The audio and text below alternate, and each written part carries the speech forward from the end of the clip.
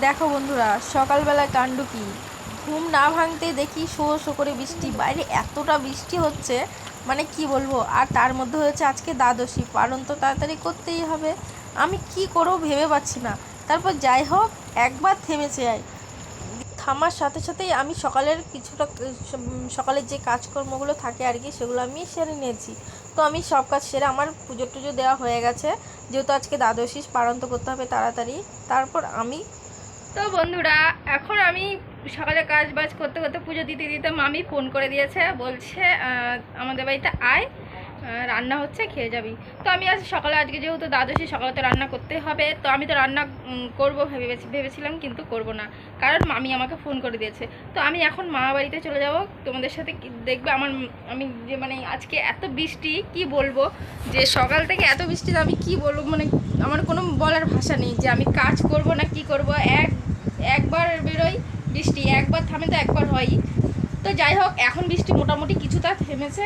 যাই হোক, এখন আমি চলে যাব মামা বাড়িতে। তো চলো বন্ধুরা, আমার মামা বাড়ি কত দূর আর কেমন, তো আমি তোমাদেরকে আজকে সেটাই শেয়ার করব। এরই মধ্যে ঘরে ছিল কিছুটা কাজ, যেমন আমার সকালে ঘর গোছানো হতে, আর এদিকে আমার একটা সেলাই মেশিন আছে, সেটা মোছা হতে আমার প্রতিদিনের কাজ থাকে। তো আমি সেই কাজটা না করে তো যেতে পারি না। তারপর আমি রেডি হয়ে গেছি।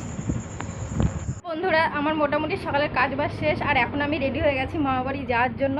তো চলো, আমার মামাবাড়ি যেতে যেতে আমাদের রাস্তার মানে এখন বৃষ্টি হয়ে যায়, দিনের ভিউটা তোমাদের দেখায় জাস্ট কেমন লাগছে। তারপর দেখো আমি বেরিয়ে পড়লাম, আর আমাদের দরজায় একটু বালি মাটি, তো তাই তেমন কাদা জমতে পারে না। আর এদিকে দেখো আমাদের গায়ে সবটা কেমন ভেজা ভেজা স্যাঁতস্যাঁতে। আর এদিক দিয়ে আমার যেতে হয় মামাবাড়ি। দেখো আমাদের চারপাশটা জাস্ট ভালো লাগে দেখতে আর কি। বৃষ্টি হলেও ভালো লাগে, না হলেও ভালো লাগে, তেমন একটা জল দাঁড়ায় না, যেহেতু এখানে পাকা রোড।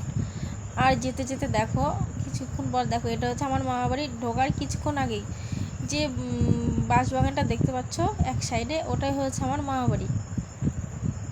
তো এদিকে দেখো আমি তোমাদেরকে দেখাচ্ছিলাম, এত সুন্দর লাগে না বিকালবেলায়, মানে বিকেল বলো, দিন বলো, আর কি বলে বৃষ্টি ভেজা দিনগুলো বলো, সবসময় ভালো লাগে দেখতে। তো আমি মামাবাড়ি চলে যাচ্ছিলাম, দেখো যেতে যেতে কিছুক্ষণের মধ্যে আমি পৌঁছে গেছিলাম মামাবাড়িতে। তো বন্ধুরা, আমার মামাবাড়ি কিন্তু তেমন একটা কাজ দূরে নয়, 5 মিনিটের রাস্তা।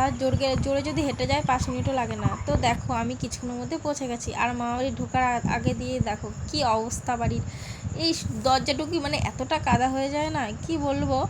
তো যাই হোক, এক পাশ করে আমি চলে আসলাম। আর এই যে এটা হচ্ছে আমার মামাবাড়ি।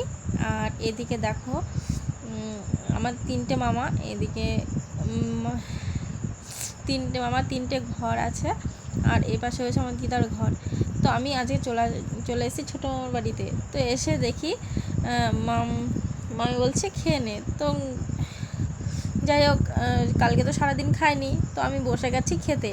এর মধ্যে ভাইও চলে এসছে। ভাই তো একবারও ফুলে ডোম হয়ে আছে, ওর ভিডিও করছি। তো যাই হোক, আজকে মেনু হয়েছে তোমার বাদাম বাটা আর আলু সয়াবিন। তো আজকের জন্য এটুকুনি, দেখা হচ্ছে সবার পরে ভিডিওতে।